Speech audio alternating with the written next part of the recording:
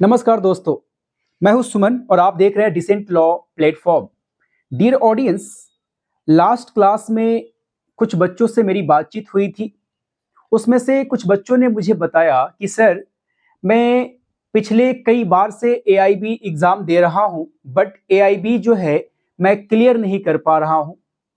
कुछ हमें एडवाइस दीजिए और इस बार क्या रणनीति अपनाऊं जिससे हमारा एआईबी एक ही बार में क्लियर हो जाए। डियर ऑडियंस, सबसे पहली बात हो जाता है कि इस एआईबी को क्लियर करना बड़ा ही आसान काम है, लेकिन as a teacher, being a teacher, अगर मैं ये बोल रहा हूं कि एआईबी निकालना बड़ा ही इजी है, यही एग्जाम कुछ बच्चों के लिए बहुत डिफिकल्ट लग रहा होगा। कुछ बच्चों को लग रहा होगा कि सर, ये दुनिया का सबसे टफेस्ट एग्जाम है। देखिए, जिनको आता है उनके लिए कोई भी चीजें आसान होती है, और जिनको नहीं आता उनके लिए कुछ भी हो, कोई भी चीजें हो, वो बहुत डिफिकल्ट होता है। ठीक वैसा ही जिन बच्चों को यह प्रश्न समझ में आता है कि एआईबी में किस तरह के पैटर्न, किस तरह के सिस्टम को फॉलो किया जाता है, ठीक उसी तरह से कुछ बच्चों को नहीं समझ में आता। तो जिनको समझ में आता है उनके लिए तो यह एग्जाम बहुत ही इजी है, और जिनको नहीं समझ में आता उनके लिए यह एग्जाम काफी डिफिकल्ट हो जाता है। तो इस वीडियो में मैं उन बच्चों को फोकस कर रहा हूं जिनको लगता है कि यह एग्जाम डिफिकल्ट है। अगर आपको भी लगता है कि यह एग्जाम निकलना डिफिकल्ट है, तो इस वीडियो को लास्ट तक जरूर देखिए, क्योंकि आप क्या पढ़ रहे हैं यह मैटर नहीं करता। आप किस कोचिंग को ज्वाइन किए हैं यह भी मैटर नहीं करता। मैटर यह करता है कि आपकी जो तैयारी का रणनीति है वो कैसा है। आप जिस डायरेक्शन में तैयारी कर रहे हैं, क्या वो सही डायरेक्शन है?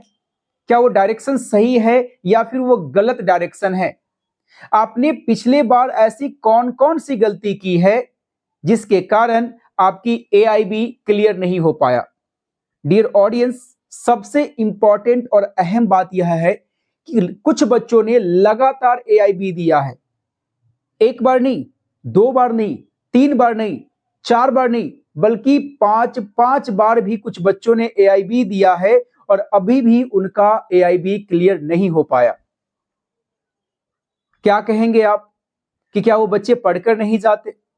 पढ़कर तो जाते हैं, क्योंकि एक बार नहीं होगा, दो बार नहीं होगा, तीन बार नहीं होगा, चार बार नहीं होगा, लेकिन पांचवा बार तो हो जाना चाहिए। नहीं हो पा रहा।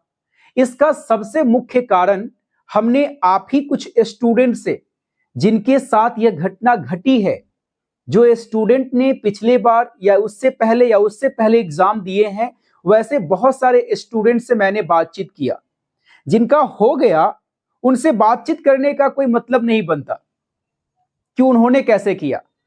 हमें अपनी तैयारी को अगर कंप्लीट करना है, हमें एक नई रणनीति बनाना है, तो तैयारी के विपरीत जाकर आपको सोचना होगा। मैं बार बार बोलता हूं, अगर आपको कोई युद्ध जीतना है तो उस युद्ध के विपरीत जाकर अगर आप सोचते हैं तो उस युद्ध को जीतना आपके लिए बहुत आसान हो जाता है।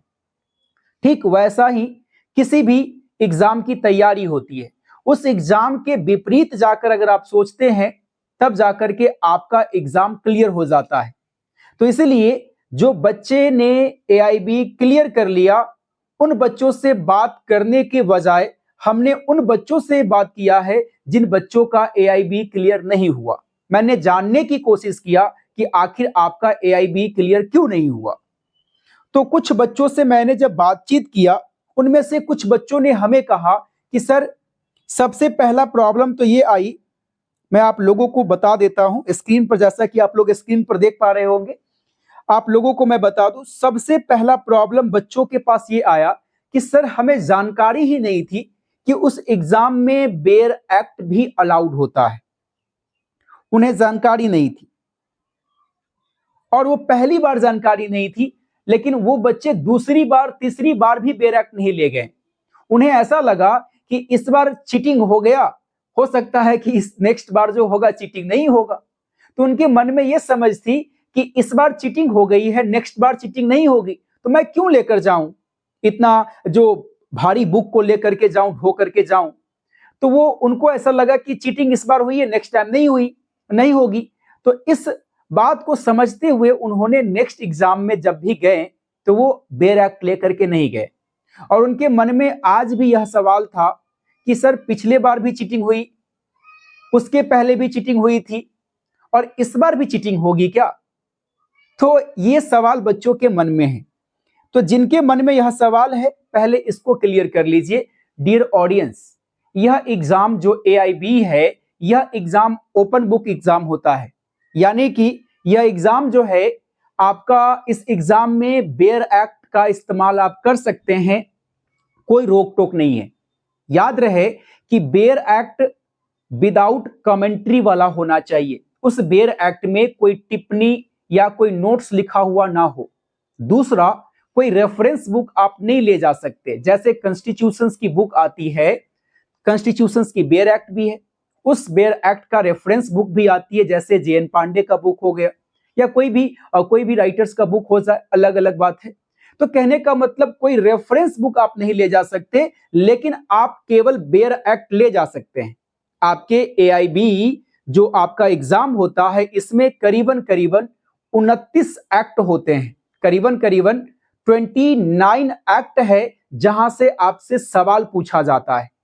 तो आप उन तमाम बेयर एक्ट को ले जा सकते हैं, कैरी ऑन कर सकते हैं एग्जाम में भी, कोई रोक टोक नहीं है। तो ये तो पहला डाउट क्लियर हो गया होगा।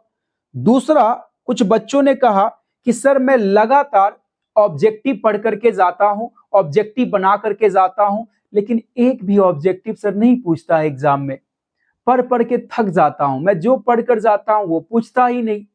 तो डियर स्टूडेंट, ऐसी बातें आपके साथ भी हुई होगी, आपको कोई गाइड करने वाला नहीं होगा, आप YouTube के वीडियो देख करके कुछ ऑब्जेक्टिव को सॉल्व करके जाते होंगे, आप किसी सीनियर के राय लेकर के आप उस ऑब्जेक्टिव गाइड को सॉल्व करके जाते होंगे, बट मेरी राय मानिए तो ये ऑब्जेक्टिव सॉल्व करके आपकी AIB क्लियर नहीं हो सकता।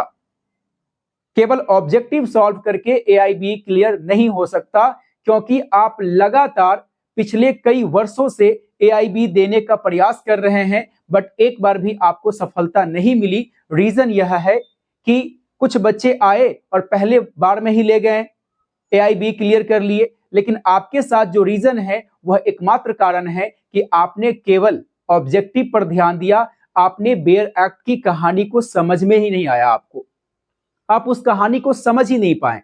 साथ ही साथ आपके साथ एक प्रॉब्लम यह भी हो गया कि अगर कई बार तो ऐसा हुआ कि कुछ बच्चे बेयर एक्ट लेकर के गए एग्जाम में और क्वेश्चन सामने मिला, OMR शीट भी मिल गया, इसके बाद उन्हें क्वेश्चंस को कैसे सर्च करना है, उस क्वेश्चंस का आंसर इस 29 एक्ट में से किस एक्ट में मिलेगा, कौन से बुक में इसका आंसर है, उन्हें यही नहीं पता।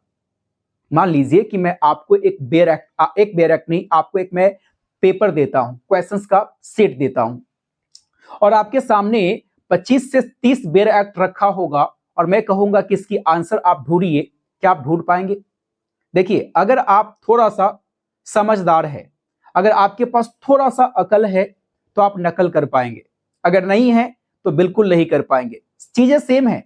जब तक आप उन चीजों को समझ नहीं पाएंगे, जब तक आपको चीटिंग करने नहीं आएगा, नकल करने नहीं आएगा, तब तक आप उस बेयर एक्ट का इस्तेमाल नहीं कर सकते। आपको लगेगा ना कि सर ये प्रश्न का आंसर कौन से एक्ट में होगा, कैसे ढूंढेंगे, बहुत सारे बच्चे वो पेज पलट रहे हैं, तो केवल पेज पलटने से नहीं होता, इसकी सही जानकारी होना बहुत जरूरी है। आजकल आपके YouTube पे बहुत सारे टीचर्स क्या करते हैं, पूरे आए कॉन्स्टिट्यूशंस का रैपिड रिवीजन बैच लगा दिए, आए CPC पढ़ा दिए, आए टॉट पढ़ा दिए, कॉन्ट्रैक्ट पढ़ा दिए, फैमिली लॉ पढ़ा दिए। भैया क्या है ये? आप 1 घंटे में पूरे कॉन्ट्रैक्ट पढ़ा दिए। क्या 1 घंटे में आप पूरे कॉन्ट्रैक्ट को पढ़ करके क्या लगता है कि आप 30 मार्क बन जाएंगे? क्या 30 मार्क नहीं बन सकते आप। जो कॉन्ट्रैक्ट एक्ट को पढ़ने के लिए 70 से 80 क्लास की नीड होती है, वो कॉन्ट्रैक्ट एक्ट आप 1 घंटा में कैसे पढ़ सकते हैं? कैसे पॉसिबल है? ये संभव है क्या? बिल्कुल भी नहीं। तो आप वो देखते 1 घंटा में पूरे कॉन्ट्रैक्ट मेरा कंप्लीट हो गया, कभी नहीं होगा कंप्लीट।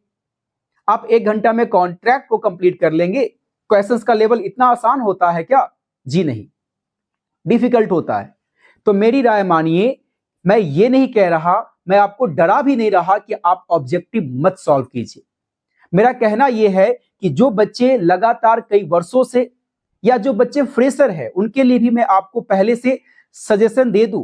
कहीं बाद में ऐसा ना हो कि जो बच्चे पहले से गलती करते आ रहे हैं वैसे गलती आप भी करते आ जाए।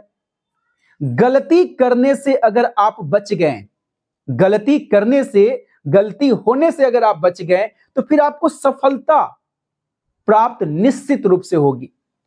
आपको सफल बनने से, आपको एआईबी क्लियर करने से दुनिया की कोई ताकत नहीं रोक सकता, अगर आप उन गलती को करने से बच गए जो गलती मैं यहां पर लिस्टिंग कर रहा हूं, कोड कर रहा हूं। नंबर पहला, आपको बेयर एक्ट ले ही जाना है। निश्चित तौर पर आप अपने साथ बेयर एक्ट को कैरी ऑन करेंगे। दूसरा, मैंने अभी अभी कुछ देर पहले कहा कि कुछ बच्चों के मन में डर होता है, वो ऑब्जेक्टिव पढ़ना शुरू कर देते हैं। देखिए, मैं ये नहीं कह रहा कि ऑब्जेक्टिव मत पढ़िए, मैं इस सीरीज पे भी ऑब्जेक्टिव का सीरीज में लाऊंगा। आप लोगों को constitutions, BNS, BNSS, BSA, CPC, वो तमाम चीजें वन शॉट वाली चीजें मैं बताऊंगा। आप लोगों का भी प्रिपरेशन मैं कराऊंगा।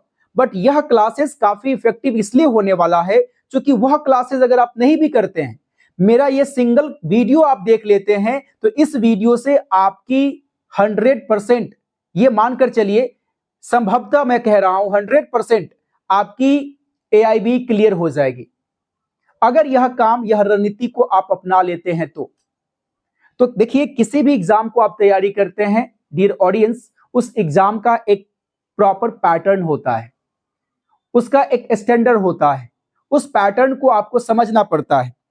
हाँ, कुछ टीचर्स हैं यहां पर, कुछ बच्चे क्या गलती करते हैं, केवल फॉर्म फिलअप कर दिए, उन्हें यह भी नहीं पता होता है कि एआईबी में सिलेबस क्या है, एआईबी में कौन कौन से बुक पढ़ना है, एआईबी होता क्या है। बहुत सारे स्टूडेंट को नहीं पता होता। अगर आपको भी नहीं पता है कि एआईबी क्या होता है, तो इसी प्लेटफॉर्म पे, इसी चैनल पे आप जाइए, एक वीडियो मिलेगा आपका, पिछले साल वाला वीडियो मिलेगा, जो एआईबी 19 का क्लास हुई थी उस समय, जो पहला वीडियो है उसमें मैंने कंप्लीट जानकारी दी है कि किस तरह से आप अपना एआईबी में स्कोर कर सकते हैं, सिलेबस क्या है, नेगेटिव मार्किंग होता है कि नहीं होता है, एआईबी क्लियर करने के बाद क्या होगा, वो तमाम जानकारी हमने उस वीडियो में दिया है।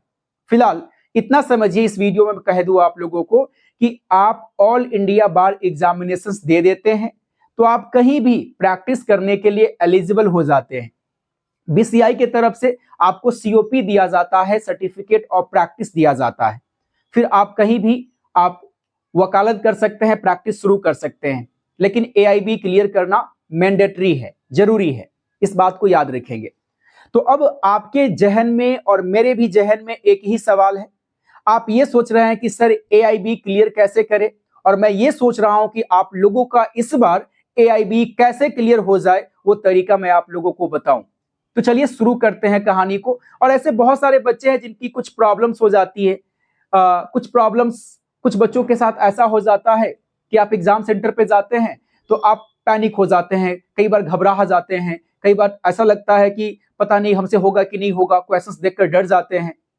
ऐसा कुछ नहीं करना है, बिल्कुल आराम से जाना एग्जाम सेंटर पे, बहुत प्रेम से बैठना है और कोशिश करना है कि जो भी प्रश्न आपके सामने आए उसको आराम आराम से, बड़े प्यार प्यार से उसको सॉल्व करना है। मैं वो तमाम तरीका बताऊंगा। तो डियर ऑडियंस, कुछ बच्चों के साथ प्रॉब्लम क्या होता है कि ओएमआर पे गलत मिस्टेक हो जाता है कि क्वेश्चन नंबर 10 का ऑप्शन नंबर बी सही था, आप कर देते हैं कलर सी को।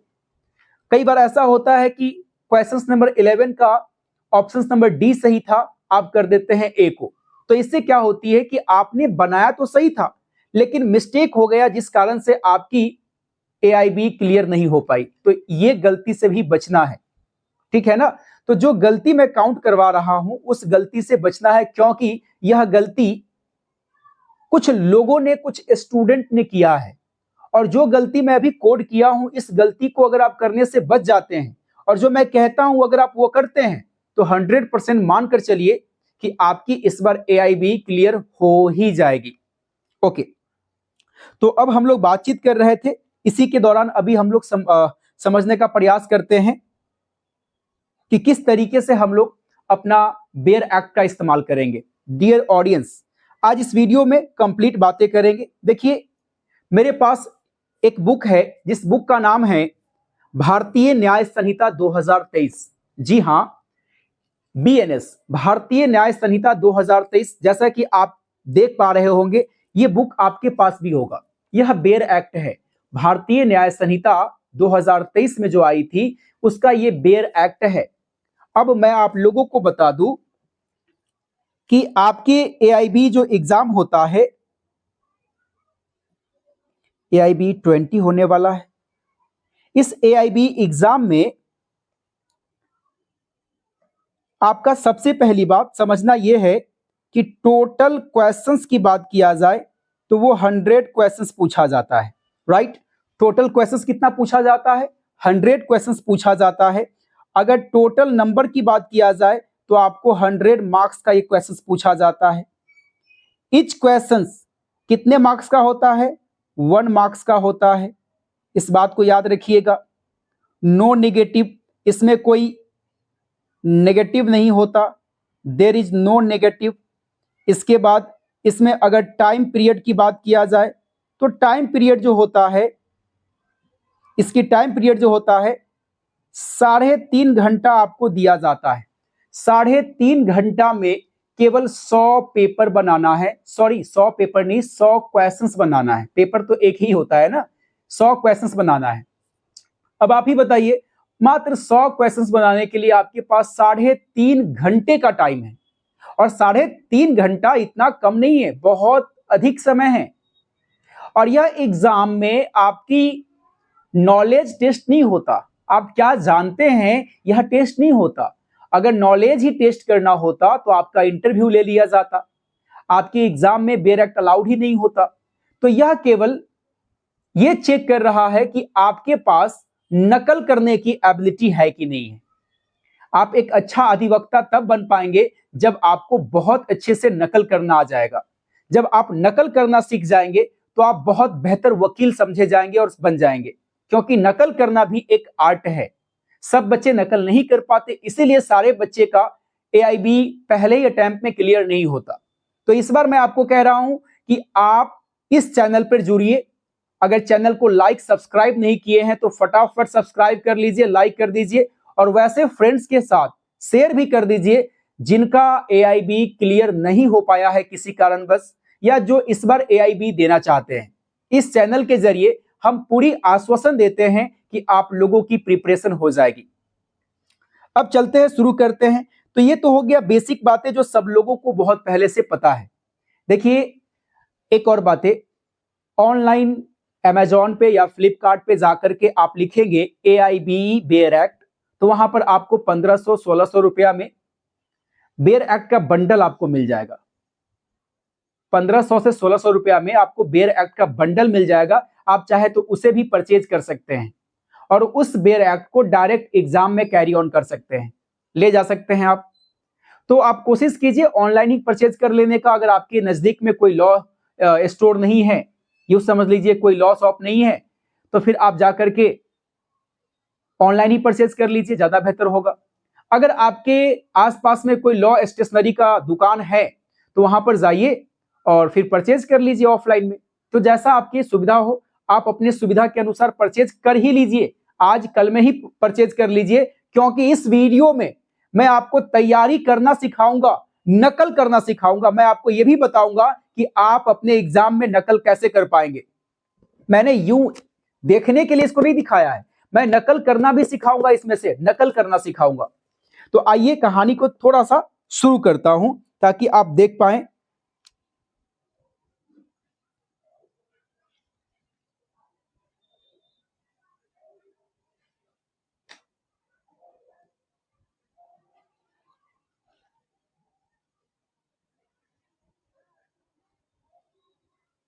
डियर ऑडियंस, एक बात याद रखिएगा, जब भी किसी भी सब्जेक्ट की मैं बात करता हूं या जब कभी भी कोई टॉपिक में आप लोगों को पढ़ाता हूं तो उस टॉपिक को ध्यान से समझने का प्रयास कीजिएगा। जितनी बातें मैं आप लोगों को बता रहा हूं वो तमाम बातें, अच्छा एक और बातें मैं आप लोगों को बता दूं, अभी डिसेंट लॉ क्लासेस पर, यानी डिसेंट लॉ क्लासेस मेरी ऑनलाइन ऑफलाइन दोनों ही मोड में क्लास चलती है। तो अभी एक ऑनलाइन बैच स्टार्ट हुई है AIB, जो 20th है, 20वां जो AIB होने वाला है, इसको लेकर मैंने एक बैच स्टार्ट किया है। 30 डेज चैलेंज मैंने दिया है और 30 दिन की क्लासेस इस क्लास के लिए होने वाला है। 30 दिन मैं आप लोगों को पढ़ाऊंगा और मनी बैक गारंटी है। अगर आपको भी लगता है कि सुमन सर के साथ जुड़ना है तो इस बैच में आप जुड़ सकते हैं। यह है व्हाट्सएप ग्रुप। इस व्हाट्सएप ग्रुप में आप चाहे तो ऐड हो सकते हैं। मैं आप लोगों को दिखा दूं, ये व्हाट्सएप ग्रुप है AIB। इसमें क्या है कि मैं डेली आप लोगों का लेक्चर लेता हूं जूम मीटिंग पर। जूम जो क्लाउड है वहां पर आप लोगों की डेली क्लास चलती है। इस बैच का जो चार्ज रखा गया है ओनली 500 रुपीज रखा गया है, ओनली 500। अगर इसमें आपका AIB क्लियर नहीं हो पाता, मैं 1 महीना पढ़ाऊंगा, चूंकि आपके पास 1 महीना का ही टाइम है। अगर 1 महीना पढ़ाने के बाद आपकी सिलेक्शन नहीं होती तो यह 500 रुपीज मैं आपके उसी अकाउंट में पे कर दूंगा, रिफंड कर दूंगा जिस अकाउंट से आपने ट्रांसफर किया था। तो डियर ऑडियंस, यह मनी बैक गारंटी है। ओनली 500 रुपीज में यह बैच शुरू हुई है। अगर आप इंटरेस्टेड हैं तो इस बैच को आप ज्वाइन कर सकते हैं। मैं एक नंबर दे रहा हूं, आप इस नंबर पे व्हाट्सएप मैसेज कर सकते हैं, मैं आपको ग्रुप में ऐड ऑन कर दूंगा। और अगर आपको ज्वाइन करना है तो मैं आपको स्कैनर भेजूंगा पेमेंट करके, वहां पर आप स्क्रीनशॉट भेज सकते हैं। मैं आपका नंबर ग्रुप में ऐड कर दूंगा जिससे आप डेली लिंक प्राप्त कर सकते हैं। नंबर याद कर लीजिए, लिख लीजिए 7992300615। यह नंबर है 7992300615। इस पर आप पेमेंट कर सकते हैं।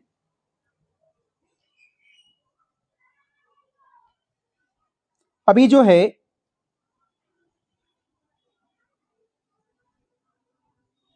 ओके, अब देखिए, मैंने कुछ देर पहले आप लोगों से कहा डियर स्टूडेंट कि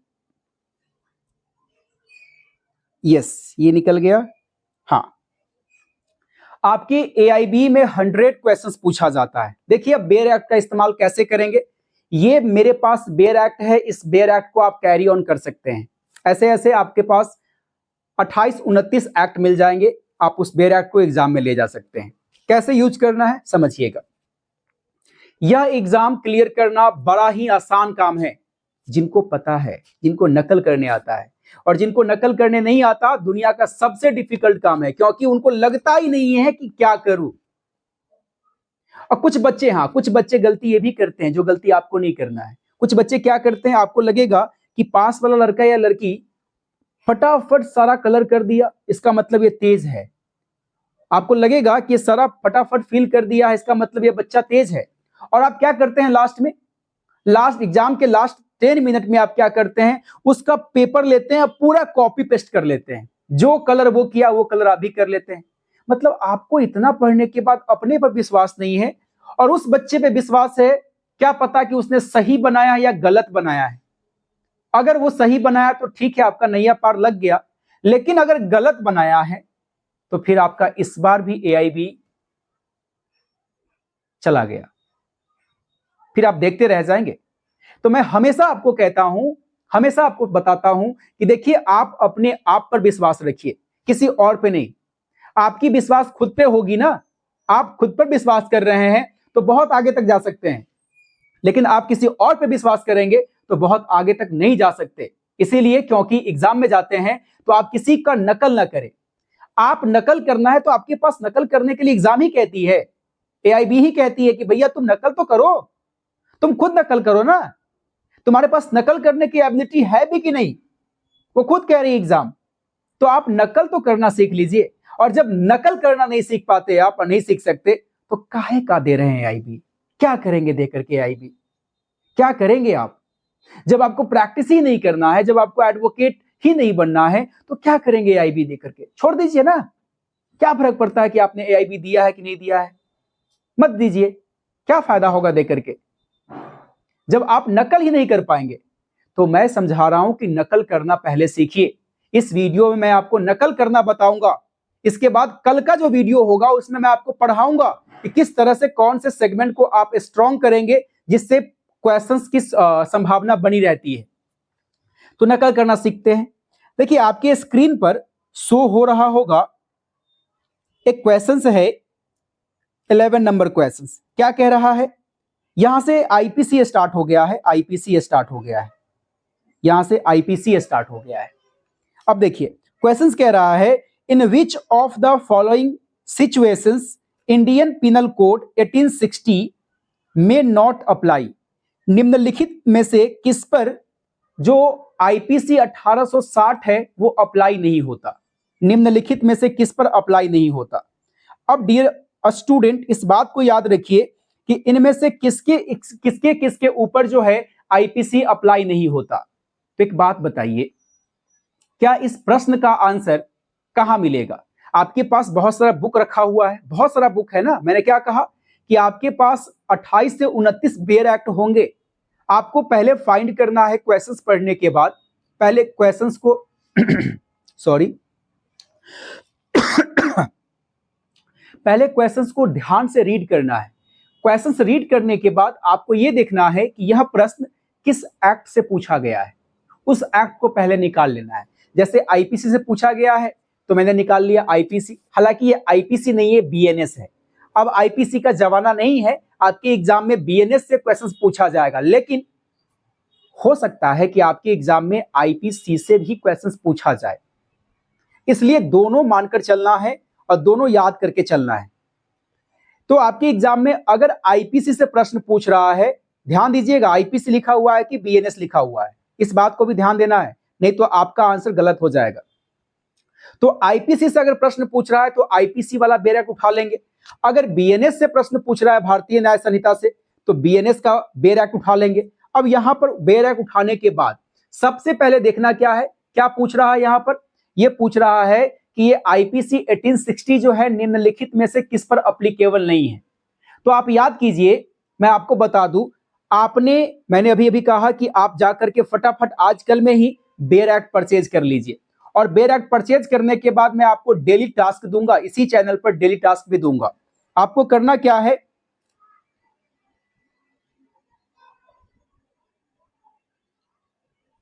आपको करना क्या है, बेयर एक्ट जब भी आप परचेज करेंगे तो उसका होता है इंडेक्स वाला पार्ट, इंडेक्स होता है। तो आप पहले इंडेक्स वाला पार्ट को पढ़ेंगे। जैसे इस बेयर एक्ट में क्या है मैं आपको बता दूं, इस बेयर एक्ट में भी क्या है, यहां से कंटेंट जिसको विषय सूची बोलते हैं, इंडेक्स बोलते हैं, तो इस कंटेंट वाला पार्ट को आप पहले एक बार नहीं 10 बार 15 बार 20 बार इसको याद नहीं करना है, इसको 15 बार 20 बार देखना है, रीड करना है। एग्जाम से पहले अभी क्या करेंगे आप, याद मत कीजिए। एआईबी क्लियर करने के लिए आपको याद करने के लिए मैं मजबूर नहीं कर रहा हूं, आपको मैं कह रहा हूं कि इसको आप ना 1 बार 2 बार 4 बार 5 बार 10 बार 20 बार 30 बार 40 बार 50 बार देखिए। हर एक्ट के इंडेक्स वाला पार्ट को देखिए। तो यह इंडेक्स वाला पार्ट है, इसे देखिए। क्या देखना है कि चैप्टर नंबर 1 जिसमें बात किया गया है प्रीलिमिनरी, चैप्टर नंबर 2 में बात किया गया है पनिशमेंट के बारे में, चैप्टर 1 में सेक्शन नंबर 1 बात करता है short title commencement and application, section 2 बात करता है डेफिनेशंस, सेक्शन 3 बात करता है जनरल एक्सेप्शन। तो आपको यही देखना है। पता है मैं क्यों कह रहा हूं देखने के लिए, याद रखिएगा आपके एआईबी एग्जाम जो 20 होने वाला है या इससे पहले जो भी एग्जाम हुई है, उन तमाम एआईबी के एग्जाम में लगभग 50% क्वेश्चंस डायरेक्ट बेयर एक्ट से आया है, डायरेक्ट बेयर एक्ट से। अब सोचिए 45% पर तो आपका रिजल्ट हो जा रहा है और 50% आप डायरेक्ट बेयर एक्ट से ले आ रहे हैं। तो आप अगर नहीं भी पढ़कर जाएंगे तो कोई दिक्कत नहीं है, आप अगर ऑब्जेक्टिव नहीं भी सॉल्व करके जाएंगे तब भी कोई दिक्कत नहीं, आपका एआईबी क्लियर होगा, बशर्ते कि मैं जो कह रहा हूं उस बातों को ध्यान रखना पड़ेगा। मैं ये कहा हूं कि बेयर एक्ट का किस तरह से इस्तेमाल करना है ये बेहद जरूरी है, ये बहुत इंपॉर्टेंट है। कोई टीचर यूट्यूब पे बेयर एक्ट का इस्तेमाल नहीं सिखा रहे हैं, मैं आपको बेयर एक्ट का यूज बता रहा हूं। तो डियर स्टूडेंट इस बात को याद रखिएगा, सबसे पहले इंडेक्स वाला पार्ट को 1 बार 2 बार 4 बार 5 बार 20 बार 25 बार पढ़िए। याद नहीं कीजिए, समझिए नहीं, पढ़िए, पढ़िए, केवल रीडिंग दीजिए, आपके दिमाग में रहेगा वो बातें कि आईपीसी में, यह प्रश्न पूछा कि आईपीसी कहां पर एप्लीकेबल है, इसका मतलब इसकी जानकारी दिया होगा सेक्शन नंबर 1A में। क्या लिखा हुआ है? Short title commencement and application, यानी कि यह कहां कहां एप्लीकेबल है, आईपीसी जो है यह कहां कहां एप्लीकेबल है, इसकी जानकारी जो है पहले दिया हुआ है। तो डियर स्टूडेंट, इस बात को याद रखिएगा, बेयर एक्ट से डायरेक्ट क्वेश्चंस आपके एग्जाम में पूछा जाता है। अब इसको खोजने के लिए आप पूरा पेज पलट दीजिए, पूरा पेज पलटिए, क्या खोजिएगा? बहुत बच्चों को देखिएगा वो खोज रहा है, तो आपको लगेगा कि मुझे भी खोजना चाहिए। तो भैया आप क्या नकल कर रहे हैं? जो वो कर रहा है, जो आप भी कर रहे हैं, लेकिन उसका उद्देश्य है कि क्वेश्चंस को सॉल्व करना, आपका उद्देश्य है कि वो कर रहा है तो हम भी कर रहे हैं, आपका कोई उद्देश्य ही नहीं है। आप क्वेश्चंस आपने पढ़ा, पहले आपको पेज नहीं पलटना है, पहले आपको इंडेक्स में जाना है। कहां जाना है? इंडेक्स में। कहां जाना है? कंटेक्स्ट वाला पार्ट पर। कंटेक्स्ट में जाइए आप। कंटेक्स्ट में जाने के बाद पहले आप प्रेम से उल्टाइए, पेन रखिए अपने पास, उंगली निकाल लीजिए, पेन निकाल लीजिए, ऐसे पकड़िए। अच्छा, सेक्शन 1 में कमेंसमेंट एप्लीकेशन कहां दिया, अच्छा सेक्शन 1 में एप्लीकेशन दिया हुआ है। अब सेक्शन 1 को आप निकालिए, सेक्शन 1 को निकालिए, सेक्शन 1 को निकालिए, सेक्शन 1 कहां गया, सेक्शन 1 फटाफट निकल जा, सेक्शन 1 निकल गया सेक्शन 1। अब सेक्शन 1 को पढ़ेंगे, अब देखेंगे कि इसमें क्या लिखा हुआ है, जो ऑप्शंस में दिया हुआ वो है कि नहीं, जो सही होगा उसी पर क्लिक लगाएंगे, आपका पहला क्वेश्चन का आंसर बन गया। मैं अभी बताऊंगा नहीं, ये काम आपको करना है। मैं कल से आप लोगों को इसी चैनल पर होमवर्क दूंगा, आप अपने सामने में मैं आप लोगों से करवाऊंगा भी होमवर्क। तो ध्यान रखिए, मैं तरीका बता रहा हूं कि कैसे आपको एग्जाम में ये चीजें करना है। क्वेश्चन नंबर नेक्स्ट है 12 नंबर क्वेश्चन। अब देखिए 12 नंबर क्वेश्चन कहता है, how many types of punishment are currently existing under the Indian penal Code. भारतीय दंड संहिता जो 1860 का है, इसमें कितने प्रकार के दंड दिया गया है? अब जो बच्चे पहले से पढ़े हैं उसको तो पता है कि 5 प्रकार के दंड आईपीसी में दिया गया है, बीएनएस में 6 प्रकार का दंड हो गया है। जो पहले से पढ़े हैं उसको पता है, लेकिन जो नहीं पढ़े हैं कि पनिशमेंट कितने प्रकार के होता है, पनिशमेंट क्या होता है, वो क्या करेगा? वो एग्जाम में जाकर तो इधर उधर देखेगा ही। तो इधर उधर देखने से आपका एग्जाम हो जाएगा, क्लियर कर लेंगे नहीं ना। तो मैं जो कहता हूं वो बातें कीजिए, आप जितना कह रहा हूं उतना कीजिए। करेंगे क्या? पहले निकालेंगे। अब पूछा आईपीसी, तो आईपीसी का बेयर एक्ट निकाल लेंगे, और बेयर एक्ट निकालने के बाद पहले जाएंगे कहां? इंडेक्स पर। पहले जाएंगे कंटेक्स्ट वाला पे, और कंटेक्स्ट में गए, निकाल लिए कंटेक्स्ट पहला, सेक्शन नंबर 1 पे जाएंगे, कंटेक्स्ट पहला में। अब पनिशमेंट की चर्चा किया गया है सेक्शन नंबर 4 ऑफ बीएनएस। भारतीय न्याय संहिता में सेक्शन 4 में पनिशमेंट की बात किया गया है, लेकिन इसमें तो कहां लिखा हुआ है 5 प्रकार 6 प्रकार। तो क्या करेंगे? अब पेज नंबर देख कर जाएंगे, 9 में पेज नंबर है, 9 निकाल लेंगे। कहां गया 9 कहां गया? अब निकल गया 9, ये रहा।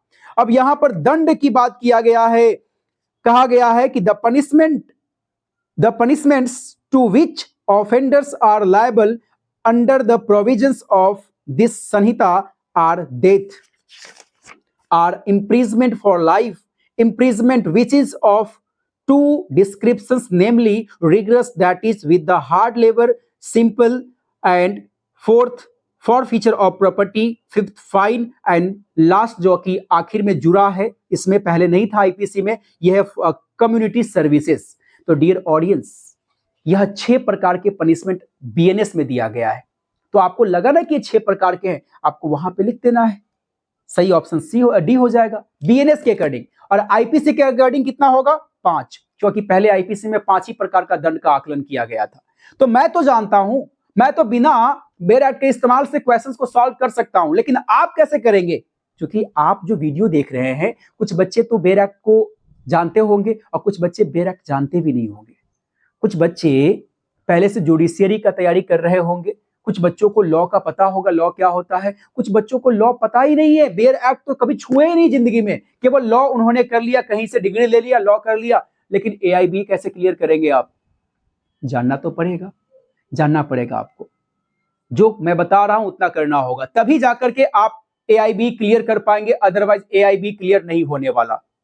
लिख लीजिए हमसे, अगर इतना काम नहीं करेंगे तो अगर आप, होता है क्या है कि अगर किसी वजह से आप किसी का नकल किए, हो सकता है उसका सारा सही हो तो आपका भी सही हो जाएगा, तो आपका भी क्लियर हो जाएगा। बट अगर उसका कहीं गलत हो तो फिर आप तो फंस गए ना, फंस गए। तो इतना टेंशन काहे का लेना और अपने आप को जोखिम में क्यों डालना?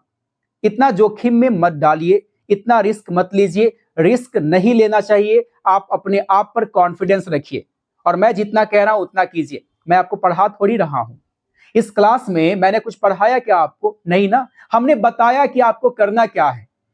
मैं कुछ पढ़ाया नहीं, मैं पढ़ाऊंगा कल से।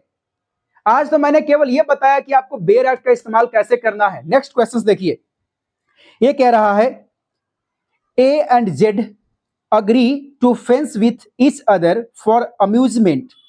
In the course of such fencing, while playing fairly, a hurts Jet severely. Which of the following offense is committed by A? A के द्वारा कौन सा अपराध किया गया?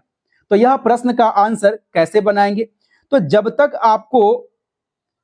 आपको बेयर एक्ट का कुछ नॉलेज नहीं होगा, टॉपिक का कुछ नॉलेज नहीं होगा, तब तक तो कुछ कुछ क्वेश्चंस आपसे नहीं बनेगा। जैसे इस प्रश्न को आप जल्दी नहीं बना सकते, इस प्रश्न को केवल आप बेयर एक्ट पढ़कर चाहेंगे बनाना तो थोड़ा सा मुश्किल होगा, थोड़ा सा मुश्किल होगा। जो बच्चे पहले से पढ़े हैं उनसे तो बन जाएगा, लेकिन आपसे ये नहीं बन सकता है, नहीं भी बन सकता है। तो घबराना नहीं है। मैंने पहले भी कहा ना कि बेयर एक्ट से मात्र 50% के आसपास ही बन सकता है, 100% बेयर एक्ट से नहीं बन सकता। ये बातें मैंने पहले भी कहा। तो जो बेयर एक्ट से नहीं बनने वाला है उस पर क्यों दिमाग लगाना? अब इस प्रश्न का आंसर खोज रहे हैं, कहीं तो मिल जाए, कहीं तो मिल जाए, कहीं तो मिल जाए। ऐसे करने से कभी मिलने वाला है? ये तो हो गया ना बचपन में कि कपाल पे अगर आप रगड़ते हैं, रब करते हैं उंगली को तो भगवान मिल जाएंगे। ये तो वही बात हो गई। तो वैसा बेवकूफी नहीं करना है, थोड़ा सा अकल का इस्तेमाल करना है नकल करने के लिए, है ना? नकल करने के लिए अकल भी होना चाहिए। तो डियर ऑडियंस, इस बात को समझिए। अब नेक्स्ट प्रश्न क्या है, जरा इसके ऊपर भी चर्चा कर लेते हैं। यह कह रहा है in which of the following situations right of private defence can not extend to causing death. अब यह सवाल कह दिया कि प्राइवेट डिफेंस के अधिकार के प्रयोग में हम किसी व्यक्ति को हत्या कब नहीं कर सकते हैं, यानी प्राइवेट डिफेंस के अधिकार के प्रयोग में हम किसी व्यक्ति को हत्या कब नहीं कर सकते हैं। उल्टा क्वेश्चन पूछ दिया। आपके बेयर एक्ट में दिया होगा कि प्राइवेट डिफेंस के अधिकार के जो राइट दिया गया है उसके प्रयोग में आप किसी व्यक्ति को हत्या कब कर सकते हैं। तो आपको सबसे पहले प्राइवेट डिफेंस खोजना होगा। 14 से 44 में आपको दिया हुआ है, क्या दिया हुआ है? General exception.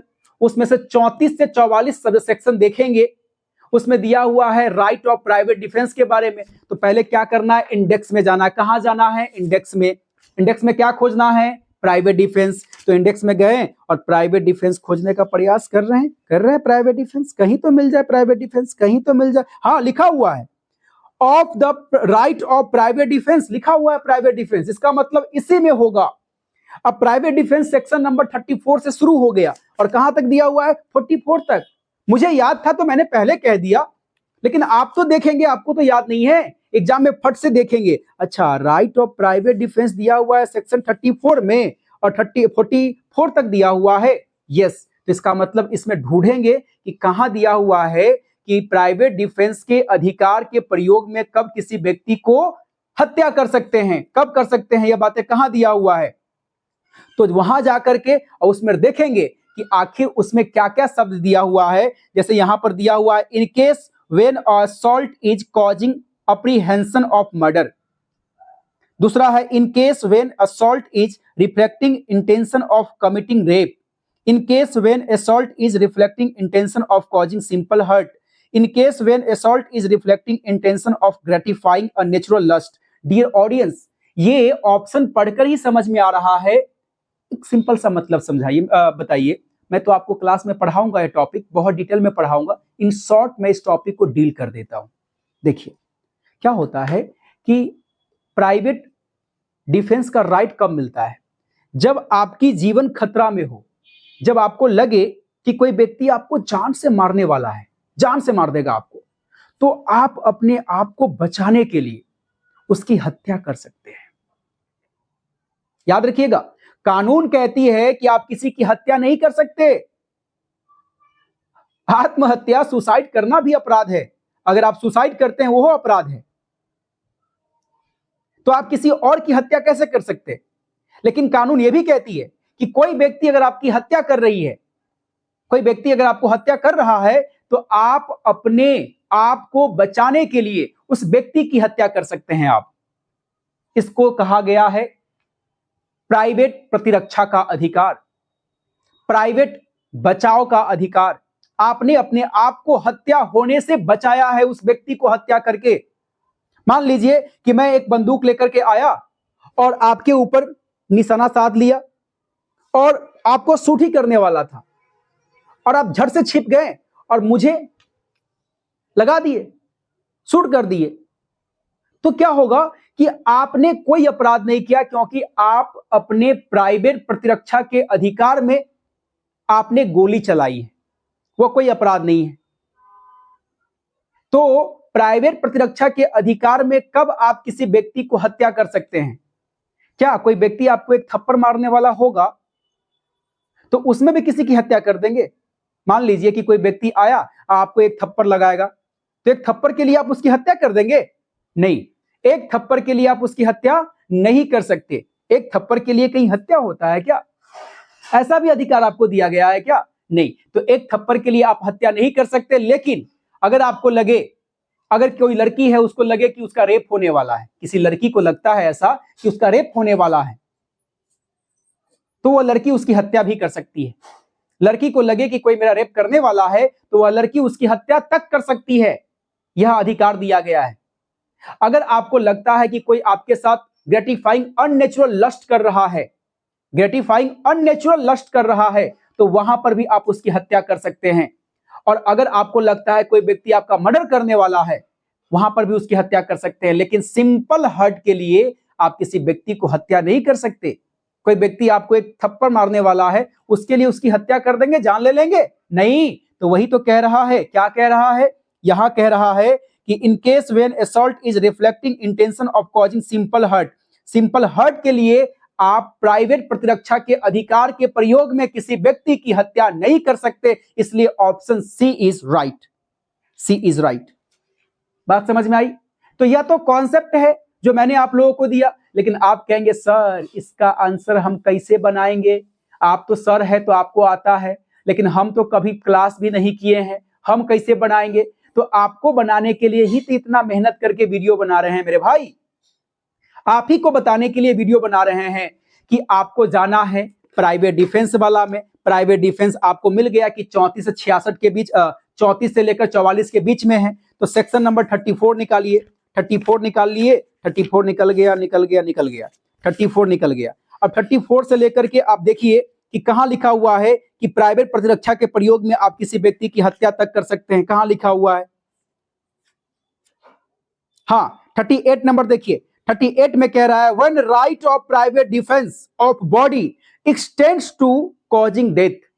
प्राइवेट डिफेंस के अधिकार के प्रयोग में कब मृत्यु कारित की जा सकती है, कब की जा सकती है? तो उसमें आपको ग्राउंड दिया गया है जी तक, A B C D E F G तक दिया गया है, 7 ग्राउंड दिया गया है। उनमें से कोई भी एक ग्राउंड होगा, उस आधार पर आप किसी व्यक्ति को हत्या कर सकते हैं। और इस ग्राउंड को छोड़कर कोई भी अगर होगा उसकी आप हत्या नहीं कर सकते। तो आपको इसमें आंसर मिला ना? आप बेयर एक्ट के हेल्प से क्वेश्चन सॉल्व कर पा रहे हैं ना? हो गया, आपका ये क्वेश्चन भी बन गया। अब देखिए 15 नंबर क्वेश्चन कितना आसान है। ये कह रहा है for which of the following sections of the Indian penal code 1860। याद रखिएगा, आपके एग्जाम में बीएनएस हो सकता है, आईपीसी लिखा हो सकता है। अगर बीएनएस लिखा होगा तो बीएनएस वाला बेयर एक्ट उठाएंगे, आईपीसी लिखा होगा तो आईपीसी वाला बेयर एक्ट उठाएंगे, तभी आपसे क्वेश्चन सॉल्व होगा। अदरवाइज गलत करके आ जाएंगे आप। याद रखिएगा इन चीजों को, मैं बार बार बोल रहा हूं। तो for which of the following sections of the Indian penal code 1860 the word benefit does not include pecuniary benefits. अब ये कह रहा है कि द वर्ड जो है benefit does not include pecuniary benefits. अब इस क्वेश्चंस का आंसर कैसे ढूंढेंगे आप? देखिए, मैंने आपको पहले भी कहा ना, आप केवल तैयारी करते हैं, और कोई भी जुडिशरी के स्टूडेंट जो होगा, जरूरी नहीं है कि वो सारा क्वेश्चंस को याद ही कर लेता है, सारे कॉन्सेप्ट उसको याद ही रहता है। उसको भी नीड पड़ती है, कंफ्यूजन होता है। लेकिन जब बेयर एक्ट आपके हाथ में मिलेगा तो कैसे खोजेंगे आप? इस प्रश्न का आंसर कैसे खोजेंगे आप? कैसे खोजेंगे? कुछ नहीं करना है। अब मैं कह रहा हूं, आप सबसे पहले सेक्शन 89 निकाल लीजिए, इसमें बेयर एक्ट में जाइए, सेक्शन 89 निकालिए और देखिए कहीं पर बेनिफिट वर्ड का इस्तेमाल किया हुआ है? नहीं किया हुआ है? नहीं किया हुआ है तो आगे बढ़ जाइए, 155 निकाल लीजिए। देखिए इसमें बेयर एक्ट में कहीं भी ये जो आपका वर्ड बेनिफिट है इसका इस्तेमाल किया गया है? पेक्यूनियरी बेनिफिट्स इस्तेमाल किया गया है? नहीं तो आगे बढ़िए, नहीं तो और आगे बढ़िए। 4 सेक्शन में से कोई ना कोई सेक्शन होगा जिसमें पेक्यूनियरी बेनिफिट्स का इस्तेमाल किया गया होगा। वही ऑप्शन सही है, वही ऑप्शन करेक्ट है। इसी तरह से बाकी का भी आप क्वेश्चंस बना सकते हैं, बाकी का भी क्वेश्चन सॉल्व कर सकते हैं इस बेयर एक्ट के हेल्प से। तो वीडियो थोड़ा अधिक लंबा हो रहा है, तो मैं कोशिश कर रहा हूं कि इस वीडियो को यहीं पर वाइंड अप करने का, क्योंकि सेशन बहुत लंबा हो जाएगा तो आप लोगों को भी डिफिकल्ट लगेगा। तो हम लोग मिलते हैं कल नेक्स्ट वीडियो के साथ। उसमें आप लोगों को बताया जाएगा संविधान। पहले मैं शुरू करता हूं, संविधान वाला सेगमेंट में आप लोगों को पढ़ाने का प्रयास करूंगा। तो आज के लिए इतना ही, तब तक के लिए दीजिए इजाजत। धन्यवाद।